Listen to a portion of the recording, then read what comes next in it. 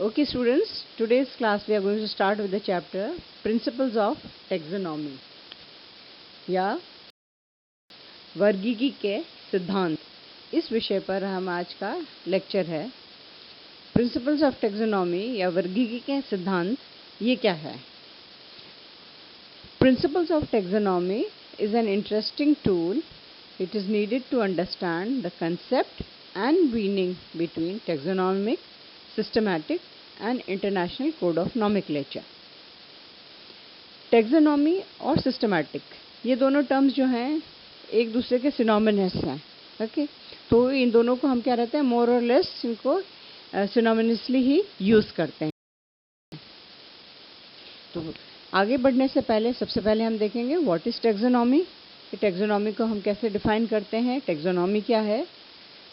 It is the science of grouping biodiversity into species, describing the species, classifying this diversity into higher level taxa that reflects the evolutionary history।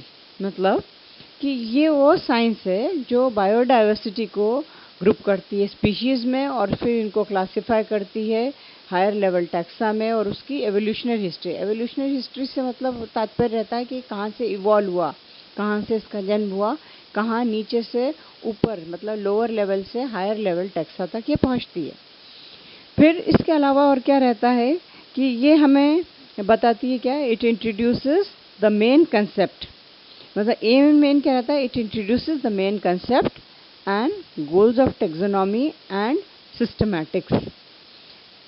Besides that it teaches us the qualitative and quantitative techniques that are today used to describe or identify species and higher level taxa based on the analysis of morphological and DNA sequence evidence। मतलब अब हम इनके techniques qualitative और quantitative techniques से हम teach करते हैं और इनको कैसे डिस्क्राइब करते हैं स्पीशीज़ और हाई लेवल टैक्सा पर। तो उसका कुछ आधार होना चाहिए। तो वो आधार क्या रहता है, या तो उसका मॉर्फोलॉजिकल से क्या तात्पर्य रहता है, दैट इज़ मॉर्फोलॉजी या बाहर का जो स्ट्रक्चर्स, या फिर उसका रहेगा डीएनए सीक्वेंस का जो कुछ एविडेंस है उसके आधार पर हम इनको डिफ्रेंशिएट करते हैं। नाउ अब व्हाट इज़ द एम, इसका एम क्या रहता है।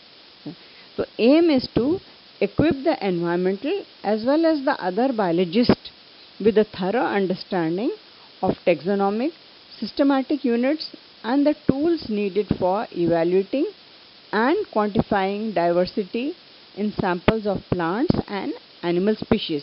यानी कि क्या रहेगा, इसका क्या एम रहेगा हमारे, हम टैक्सोनॉमी का पढ़ रहे हैं, टैक्सोनॉमी से क्या, what do you mean, aim क्या रहेगा टैक्सोनॉमिक की में इसमें डिस्ट्रीब्यूट करने का। तो इसका ये रहेगा कि जो बायोलॉजिस्ट हैं, ठीक है, जो इसको नेमिंग कर रहे हैं, तो उनको क्या रहेगा, उनको पूरा नॉलेज नहीं होगा जब तक का कि कैसे सैम्पलिंग करेंगे, कैसे प्लांट और एनिमल स्पीशीज़ को डिफ्रेंशिएट करेंगे, तो वो कैसे उसको आपको हमें बता पाएंगे। तो इसलिए ये बेटर क्या है, हमें इसका एम रहेगा कि उनको हम एक थरो नॉलेज दें। नाउ टैक्सोनॉमी और सिस्टमैटिक्स, इसको अलग अलग साइंटिस्ट ने अलग अलग तरीके से सजेस्ट किया।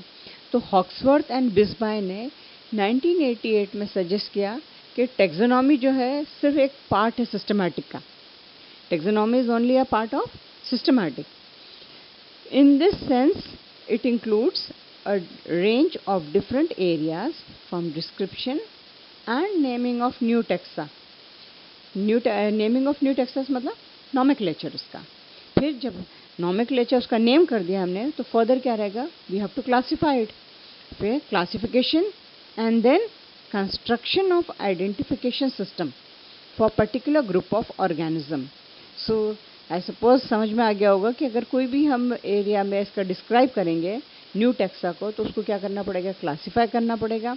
क्लासीफाई करेंगे तो फिर उसके बाद क्या, उसको आइडेंटिफिकेशन सिस्टम रहेगा, उसको कंस्ट्रक्शन ऑफ आइडेंटिफिकेशन सिस्टम करना पड़ेगा एक ग्रुप ऑफ ऑर्गेनिज्म के लिए, और तभी हम उसको क्लासीफाई कर पाएंगे। क्लासीफाई कर पाए तभी हम उसको नेम दे पाएंगे।